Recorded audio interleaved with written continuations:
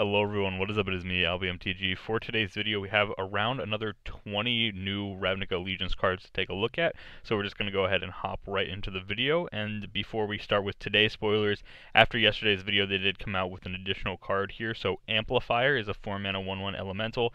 At the beginning of your upkeep, reveal cards from the top of your library until you reveal a creature card.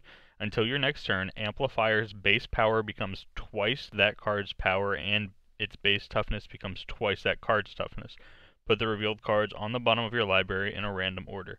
So this card is really interesting. 4 mana for a 1/1 is obviously pretty bad, but it does have kind of a cool little ability here. The big problem is that it's 4 mana for something that's not guaranteed to do crazy things. Like a lot of the deck that I'm imagining this in is probably something with like Llanowar Elves, and so if you flip the Llanowar Elves, then you're looking at a 2/2 instead, which is kind of unfortunate. So I don't think Amplifier is quite good enough for any standard play. I'm sure it'll be some sort of Saffron Olive against the odds type of card here at some point where he'll make this a 30/30 by flipping Emeralds. I can almost guarantee that that's something that'll happen. But aside from that, I don't think it's going to do much. It's, like I said, kind of an interesting card, but just too much randomness for me. So I'm not really a huge fan of it, but that does take us into some cards that I am a huge fan of, as we start off here with Seraph of the Scales, which is 4 mana for a 4/3 flyer. For a white mana, then, you can give it Vigilance until end of turn. For a black mana, you can give it Death Touch until end of turn, and then it also has the Orzhov mechanic, which is Afterlife. This one having Afterlife 2, so when the Seraph of the Scales dies, you create 2 1/1 white and black spirit creature tokens with flying. I really like this card. I think it's pretty sweet. In terms of the 4-drop slot, the 4-drop slot is pretty competitive, but for white and black, we didn't really have anything too crazy in those slots, so I think it fits in perfectly in those colors. If it was something along the lines of like red, then it would have been battling with things like Rekindling Phoenix and those sort of things, but in white and black, there's not really too much, so I do like Seraph of the Scales. It works really well being an angel, can go along well in sort of like a black-white control deck maybe, where you're playing Seraph of the Scales and Lyra Dawnbringer as well, which then gives lifelink to the Seraph of the Scales. That's something you have the potential to do. Maybe you throw in like a Resplendent Angel as well, and then you're looking at like a black-white Angels instead of a Boros Angels that we saw kind of take over, or not necessarily take over, but we saw it at least see some play during the Guilds of Ravnica standard. So maybe we're looking at more of a Mardu Angels, possibly just a black-white Angels kind of thing, and I think Seraph of the Scales fits perfectly in something like that. So I'm pretty excited for the Seraph of the Scales. Next up, we have Precognitive Perception, which is 5 mana for an instant, draw 3 cards, and then it has the Azorius mechanic, which was Addendum. Addendum being, if you cast this spell during your main phase, you get some additional value. Here, the additional value is you get to scry 3, then draw 3 cards. So for a 5 mana instant, you draw 3 cards, or for a 5 mana sorcerer, you scry 3, then draw 3 cards. Either way, I think this card's pretty decent for limited. I don't think it's going to be quite good enough for... Yeah, I don't think it's going to be quite good enough for Constructed. I think at 5 mana, you really just want to cast like Teferi or something that's not Precognitive Perception. I think you're going to see most people still just running Chemist's Insight instead. Even though I do like the ability to scry 3 and draw 3 cards, tapping yourself out isn't great. And then the additional mana for the additional card, not sure if that's where the control decks are really going to want to be, but maybe we'll see it in the future. I'm not 100% sure. Maybe for something like Turbo Fog, the scry 3 could be more important in a deck like that, and you're fine tapping out because you're just hoping to hold up 2 mana for the purpose of holding up like a Root Snare or some sort of fog effect. So maybe in Turbo Fog, but in just like regular blue-white control or Jeskai control, I'm not sure that we'll see Precognitive Perception see too much play. This takes us on to Ravager Worm, which is 6 mana. 1 of it is red, 2 of it is green for a 4/5 worm with Riot, which again is the Gruul mechanic. This one being, this creature enters the battlefield with your choice of a +1/+1 counter or haste. And then when it enters the battlefield, you choose up to 1, so you could choose 0 of these or you could choose 1 of these. Ravager Worm fights target creature you don't control or destroy target land with an activated ability that isn't a mana ability.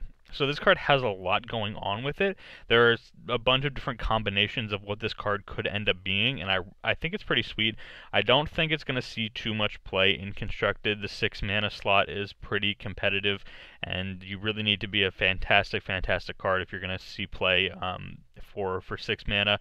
I think most people are just going to rather have Carnage Tyrant over the Ravager Worm, but the ability to just have a 4-power creature with haste that also could just knock out a blocker really quick could be pretty sweet for Ravager Worm. Again, I'm not super sure that it's going to see any competitive play in Standard, but I do think it is a pretty sweet card, and maybe if you get some like blinking shenanigans happening with it, then you can just kind of like destroy your opponent's lands and things like that. It is lands with an activated ability, so most of the time this will be killing something like a flipped Search for Azcanta, or maybe a flipped Legion's Landing. It's really good to counter those sort of lands, but aside from that, I don't see Ravager Worm really doing too much. Next up we have Spawn of Mayhem, which is a 4-mana 4/4 flying trample, which is already pretty decent in its own. But then it also has the Spectacle mechanic, which is 1 colorless and 2 black, so you may cast it for its Spectacle cost rather than its mana cost if an opponent lost life this turn. And then it also has the ability, at the beginning of your upkeep, Spawn of Mayhem deals 1 damage to each player. Then, if you have 10 or less life, put a +1/+1 counter on Spawn of Mayhem. I really like this card. I think this card's great. Filling out the 3-drop slot in sort of an aggressive black sort of aggro shell, I think could be really good. Having this as your top end, maybe you go like black-white aggro and you go History of Benalia into Spawn of Mayhem, or even if you're using the Spectacle cost, you could go like some aggressive 1-drop, some aggressive 2-drop, play Spawn of Mayhem. Then as your 3-drop, that has the potential to be good too. Also, something to keep in mind is even if you cast it for its Spectacle cost of 3, if your opponent's main way of dealing with smaller aggressive creatures is Ritual of Soot, the Spawn of Mayhem is still going to live through that Ritual of Soot because its converted mana cost is 4.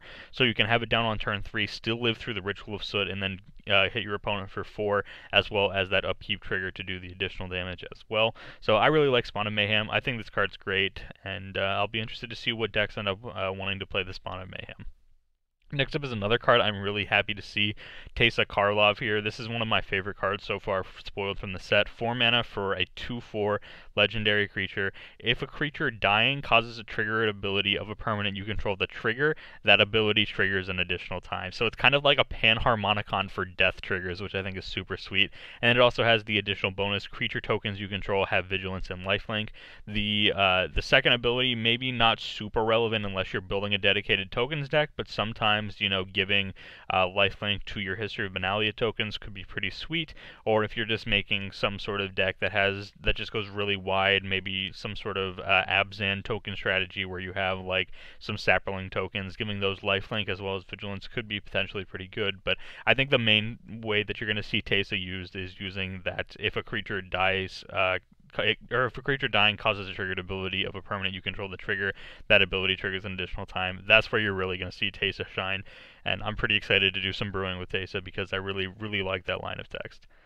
Finally, next up we have an additional mythic here. This is Skargan Hellkite, 5 mana for a 4/4, but again has the Riot Gruul mechanic.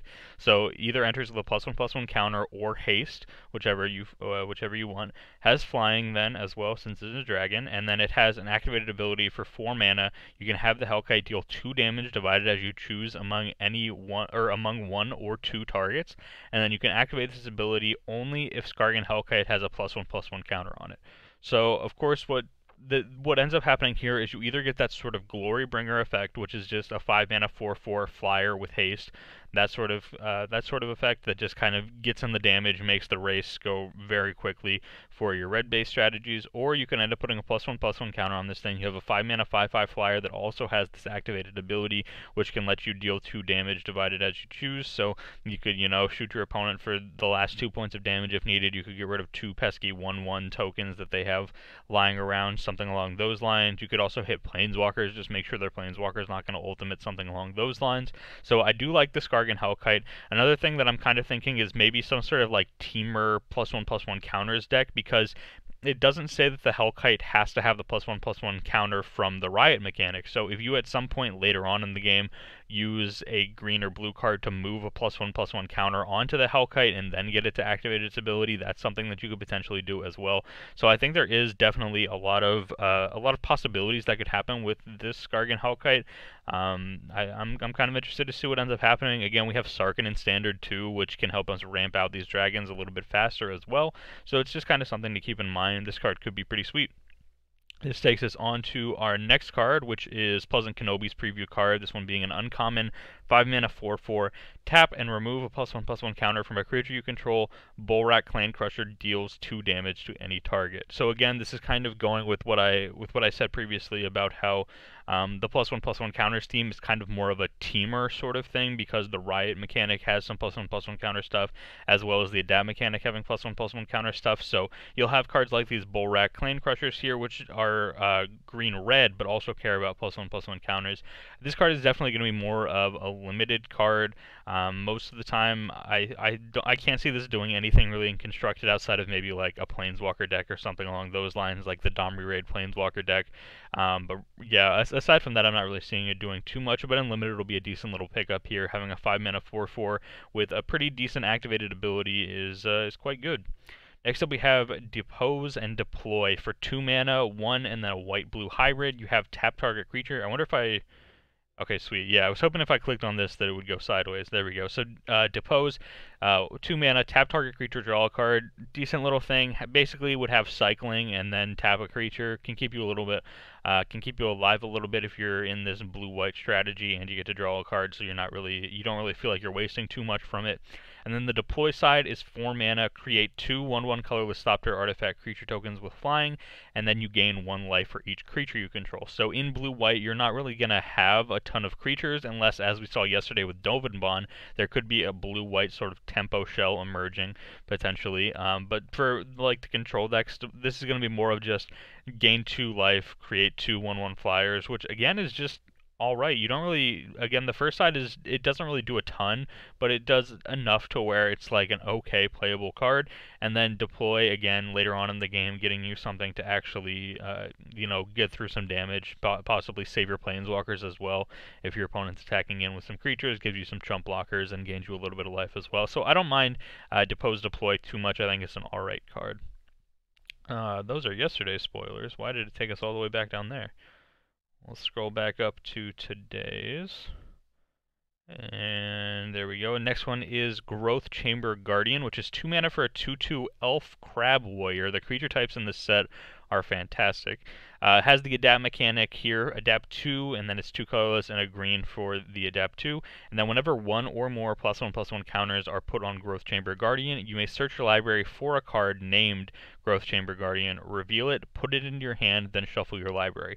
I like that you can put +1/+1 counters on the Growth Chamber Guardian without necessarily needing the Adapt mechanic, but that you do also have the Adapt mechanic to just put the counters on it if that's what ends up, needing to happen. So I do kind of like the Growth Chamber Guardian. I think this might end up being something that sort of replaces Thorn Lieutenant. Thorn Lieutenant was better sort of like later in the game, but Growth Chamber Guardian has the potential to draw you additional cards. Of course, they are Growth Chamber Guardians, but with them having the ability to just become 4/4s, I think it's a decent little card. And of course, this is like you can put multiple +1/+1 counters on this and do like maybe. Like the first card that comes to mind is like Hunger of the Howlpack, right?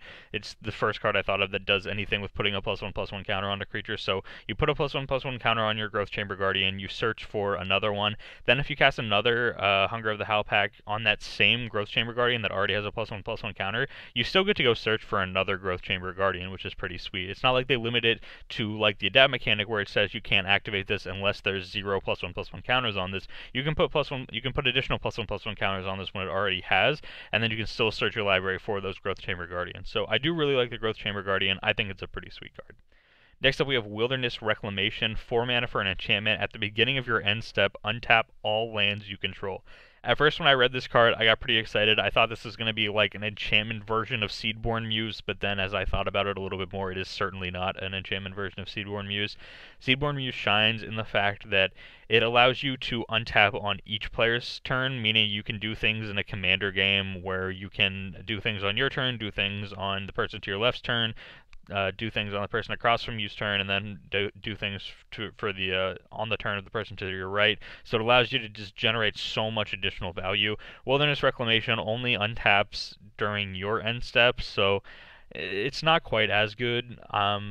Having it happen at the beginning of your end step is kind of nice if you have like maybe some additional triggers to stack along with it. You could do something like untap 2 lands with Teferi, then float 2 mana, then let the Wilderness Reclamation trigger resolve, float a bunch more mana, and then do some sort of big instant sort of thing in your end step. But aside from that, that's really the only thing that I'm kind of thinking of to just generate a ton of mana and then have one big instant happen in your end step. But aside from that, I don't think it's going to be too crazy. I would still rather just play something like a Seedborn Muse if I was playing Commander. So I'm not overly impressed with Wilderness Reclamation, unfortunately.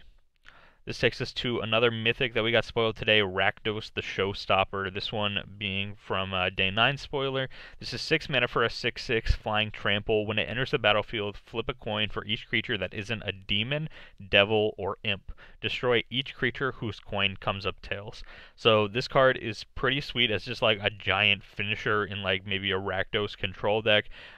Fits pretty well along with something like Doom Whisperer too, because Doom Whisperer is a demon in itself as well, so you don't have to worry about Rakdos coming down the turn after and then accidentally killing your Doom Whisperer. So those two cards do kind of mesh pretty well together, and you can play them on curve, going turn 5 Doom Whisperer into turn 6 Rakdos. So I do like it in that sense. The card's going to be pretty sweet and limited as well, as almost all 6 mana 6/6 flying tramplers are. So I'm pretty excited for Rakdos. Again, I'm not sure it'll do too much in standard, aside from maybe some sort of just like big sort of Rakdos strategy. But I'm kind of interested. Again, like I said earlier with that other card, that we might see a Saffron Olive build. Saffron Olive was already tweeting about how this and Liliana's contract to start playing Demon Tribal in standard could be a thing. So I'm pretty interested to see what ends up happening with it. Next up, we have Pestilent Spirit, which again, this is a very blurry picture, so I'm sorry about that, but I can't really control the picture quality, because you can see some people come out with their spoiler images really clean, like this one here, the Enrace Forerunners, and other ones come out where they're a little bit blurry, like this one.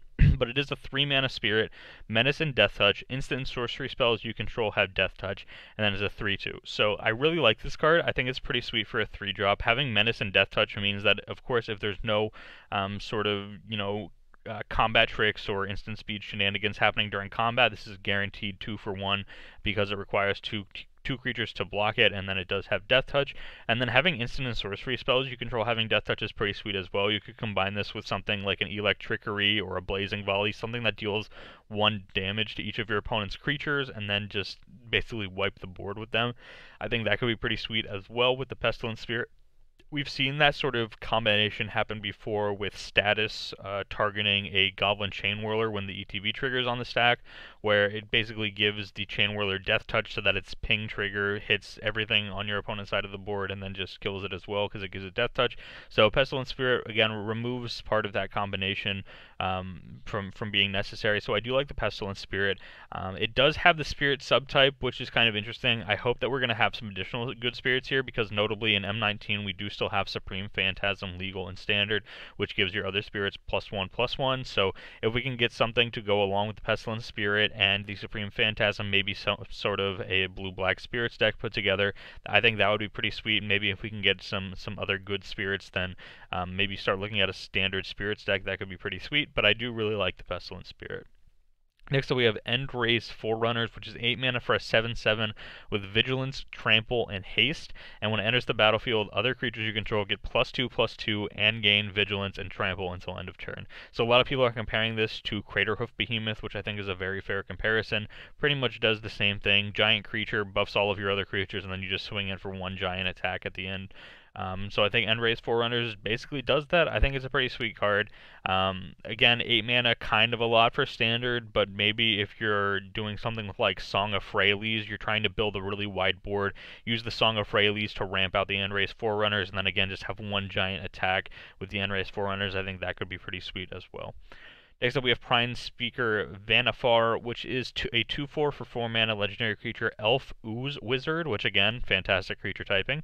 You can tap it and sacrifice another creature. Search your library for a creature card with converted mana cost equal to 1 plus the sacrifice creature's converted mana cost.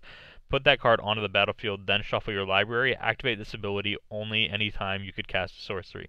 So for those of you who play a decent amount of Modern, or at least know about the Modern format, this will remind you a lot of Birthing Pod, which is actually a card that's banned right right now in Modern.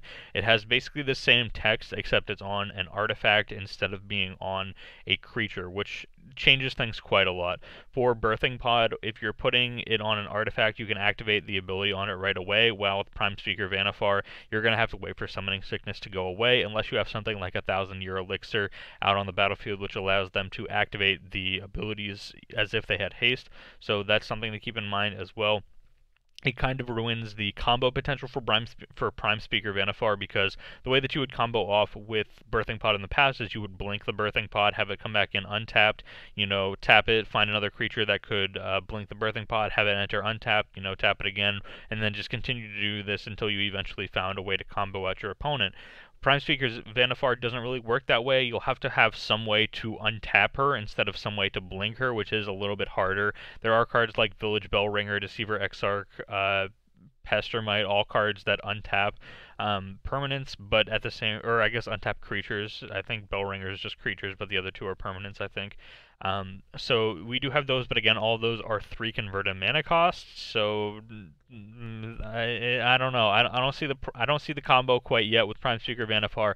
I'm sure if we give the Magic community another like 10 minutes, they'll figure out what the combo is. But yeah, I'm not overly impressed with Prime Speaker Vannifar, but maybe she'll do some crazy things. Of course, for Commander, this was spoiled by the command zone, so having an additional copy of Birthing Pod for Commander is quite good, but in terms of Modern play, I'm not sure she's going to do quite what Birthing Pod was able to do.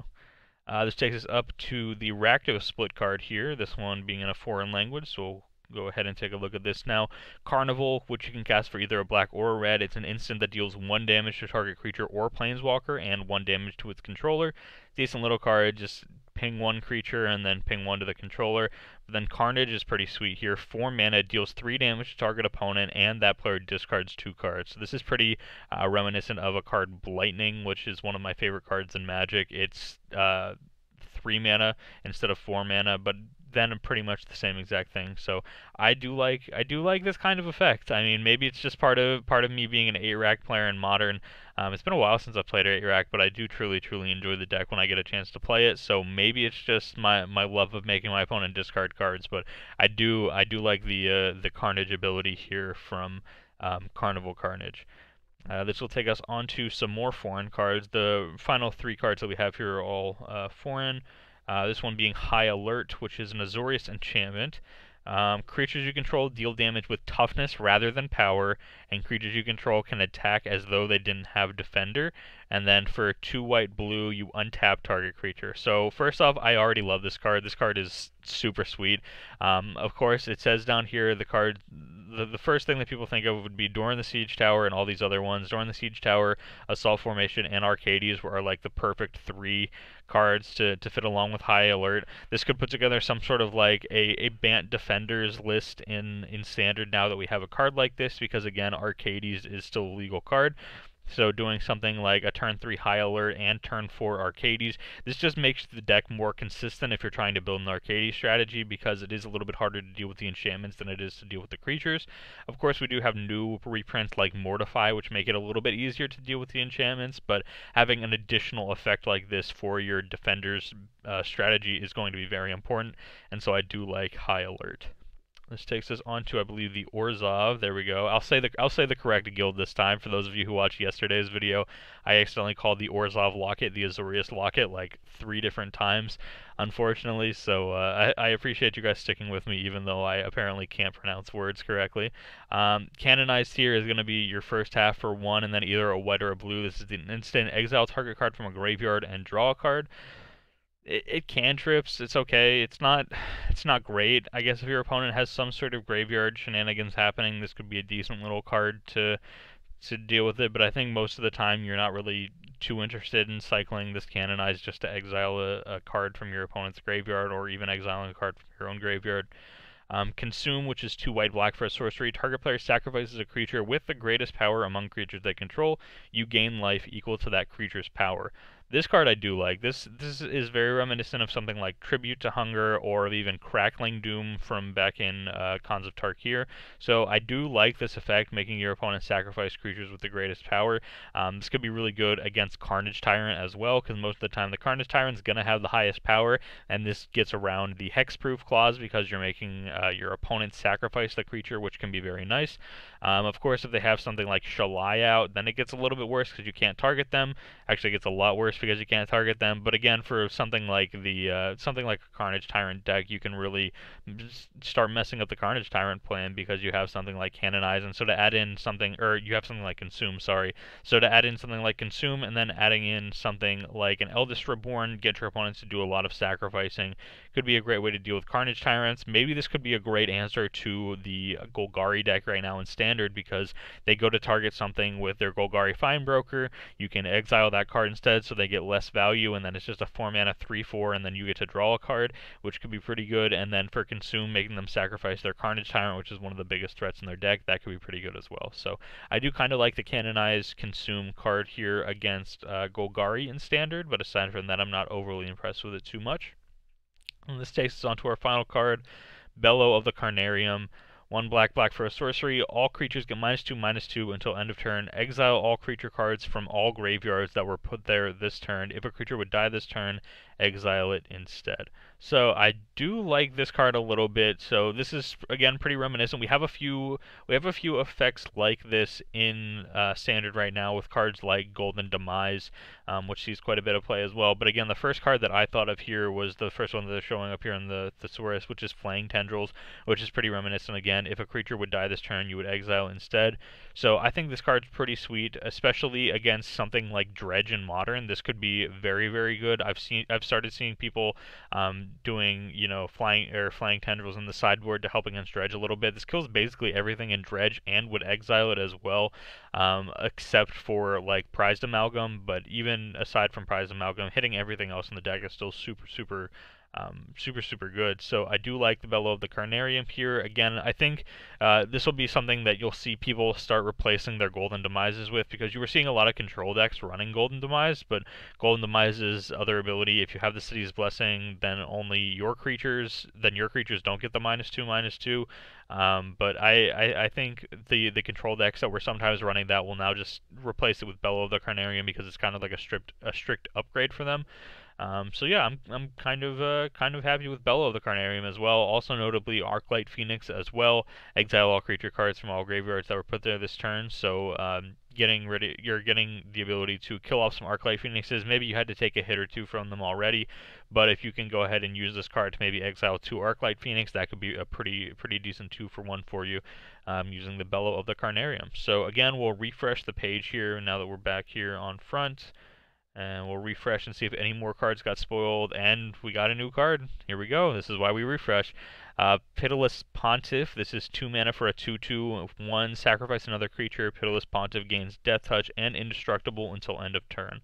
Okay, so this is a decent little Aristocrats style card that we were kind of looking for, a good 2-drop Aristocrats card, which is going to be very good for us. We saw Judith yesterday, and we started talking about the potential of her in an Aristocrat style strategy, and then we're looking at Pitiless Pontiff here, which again is a great card for a strategy like that. Again, this works really well with the Afterlife mechanic as well, because you're killing your own creatures and then getting those Afterlife triggers as well.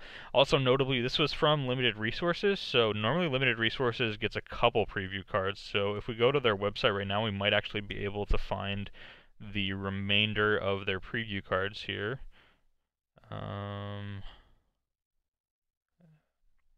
Actually, it might be under blog. Yeah, there we go. No, those are the Rivals of Ixalan ones. No. I was hoping they would have the ones up from... Yeah, it doesn't look like they have them. Oh well. Maybe they have them on Twitter. We'll check Twitter really quickly, and then if they don't have them on Twitter, we'll call it a video. So, Limited Resources... And none of those are it. Marshall.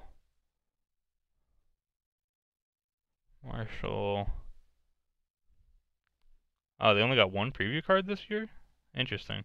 They normally get like several, and so that's why I was checking. But yeah, it looks like they only got one this year. So Pitiless Pontiff again, still just a pretty sweet little card here for a nice little aggressive strategy, or a nice little aristocrat style strategy here. So yeah, pretty decent little day for spoilers here. There might be some more to come here later tonight, but we'll talk about them in tomorrow's video because I've got some Modern to go play in about 20 minutes. So yeah, with that being said, hopefully you guys did enjoy today's video where we went ahead and looked at about, I think it's over 20 spoilers now for today. This is 4, 8, 12, 16, and then that one plus the amplifier that we covered, or that we missed from yesterday. So yeah, 20 spoilers for today.